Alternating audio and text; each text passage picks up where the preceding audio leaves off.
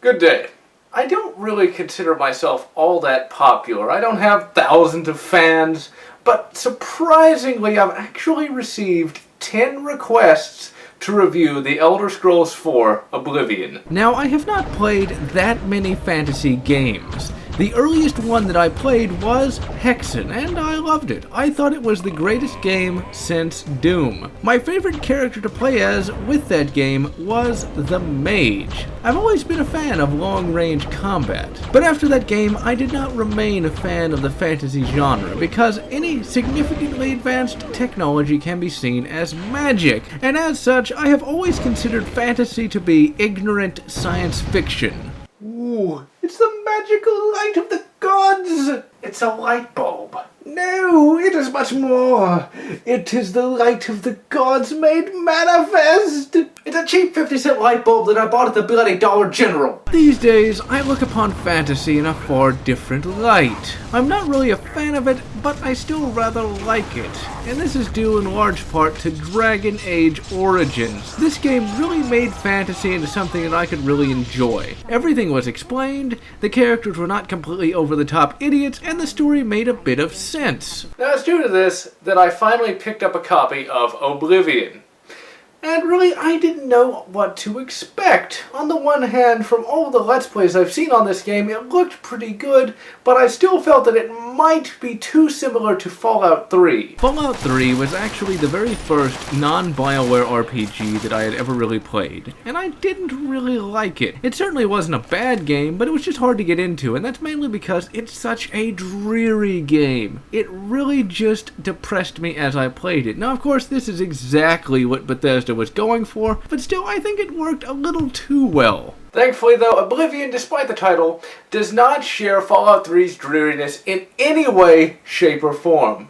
Now the full title for Oblivion is The Elder Scrolls IV: Oblivion. That means that this is the fourth game in the Elder Scrolls series.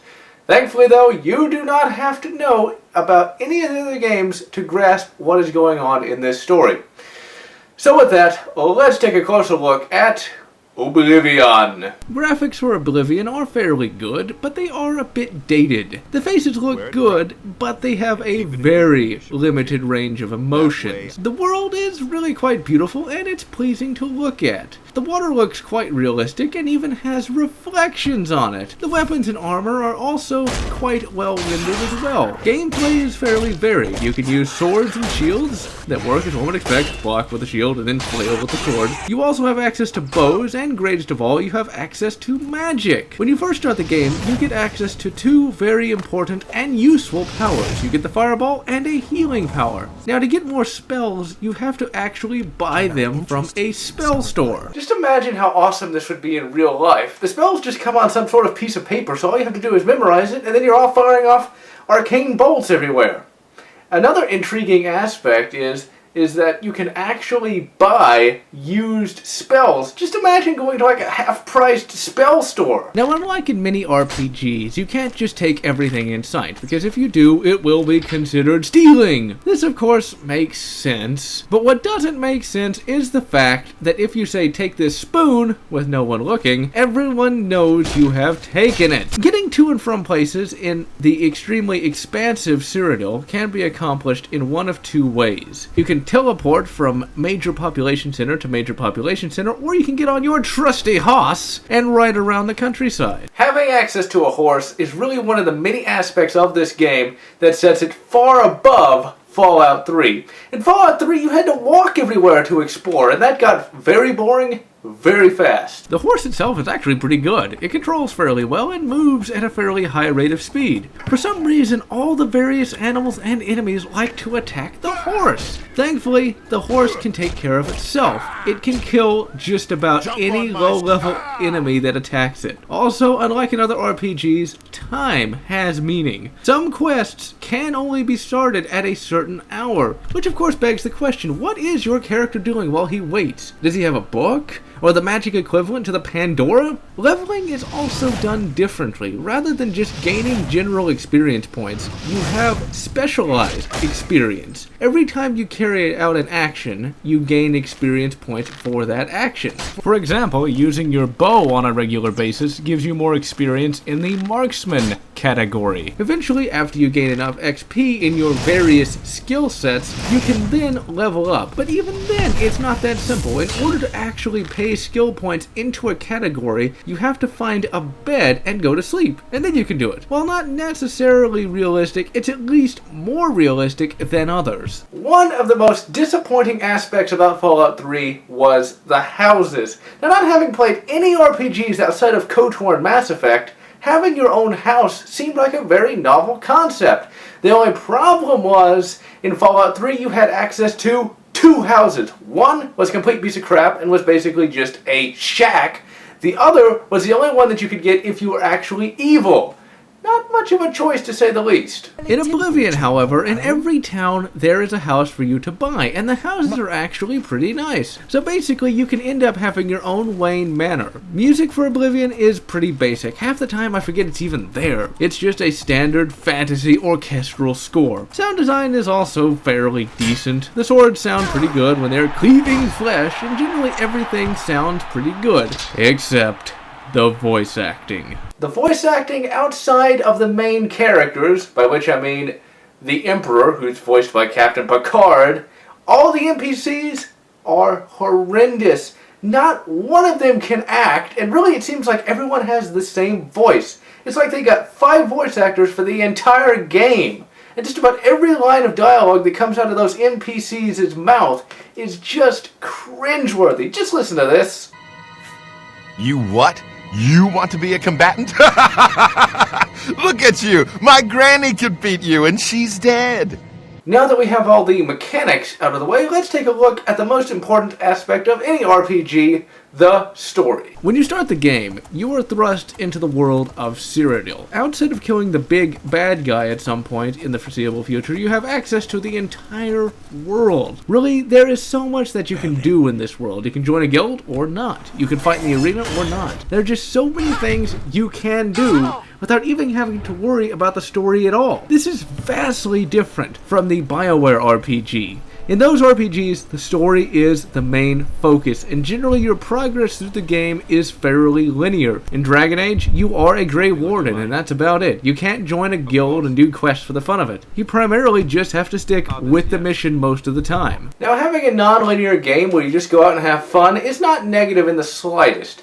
But really, Oblivion's story elements suffer from that horrendous voice acting. I can just not get over how bad that voice acting is. Just about every aspect of this game is exceptional, but when you go to talk to somebody, it's like you're playing a completely different game. Thankfully, though, you don't have to do that much talking. Your character only has a few responses, and generally a conversation doesn't last too long. But if you want to keep talking, the conversation system can get very complex. And despite the horrid acting, some of the characters will not tell you the whole story when you talk to them. And so, to pry out more information, you have to go into this conversation menu, where you can coerce, you can boast, and do various other things like that. And basically, through this, you can manipulate them into giving you information. Personally, I like to be able to just click the bloody persuade option. Now, if you don't feel like doing this, you can just bribe them. Everyone has their price indeed. The fact that the story does not take that much precedence, and the fact that you don't have to spend too much time talking, really works in this game's favor. You can just get out into the world instead of just spending 20 minutes talking to some idiot. Really, Oblivion is more of a game with gameplay than Dragon Age Origins was. In Dragon Age Origins, you were more of a character in a story. You were fairly limited in what you could do. You didn't have a horse, and you didn't get a house. One of the main things you did in Dragon Age was talk. And talk, and talk some more. Now, I personally like talking. In fact, I started to find the actual gameplay part of Dragon Age to get kind of annoying. After a while, I just wanted to get back to more talking. Here, it's pretty much all gameplay. And you can project more onto your character because of it. It really feels like you yourself is going out into Cyrodiil to save it, not just some character that you are controlling. Now, as one would expect, with a fairly popular game like Oblivion, there is an extremely active modding community. quality. Now, while vanilla Oblivion is great, there are several mods that make the game even better, one of which is the Bag of Holding from Dungeons & Dragons fame. Essentially, you can put infinite numbers of items into it. This is good because you have a limited inventory system that is actually based upon weight. So if your player character is wimpy and can only carry 180 pounds of gear, you're going to have to leave a bunch of items behind that you could take with you to sell. And when you first start the game, you need to sell everything, because weapons and armor and houses don't come cheap. The one thing I really don't like about the weight system in Oblivion is the fact that if you get over encumbered, you can't move. Fallout 3 actually improved upon this, because in that game, if you get over encumbered, you just can't run, which actually makes a bit more sense. One other mod that is really good is the Armory Lab. Essentially, this gives you an awesome personal bat cave. You have access to the Armory Lab by clicking on this object that is found on all the buyable houses. Essentially, it's a teleportation device. Inside the bat cave are several rooms. There are 2 rooms of mannequins that can be used to display armor, an actual laboratory, an arboretum that can be used to grow crafting items, a library with display tables. For this though, you're going to need to get a book placer mod so that you don't have to use Oblivion's very finicky physics engine. The best part of this facility is of course the armory itself, that has numerous cases for you to store your weapons. And finally, of course, you have the master bedroom that has its own laboratory, and what is this?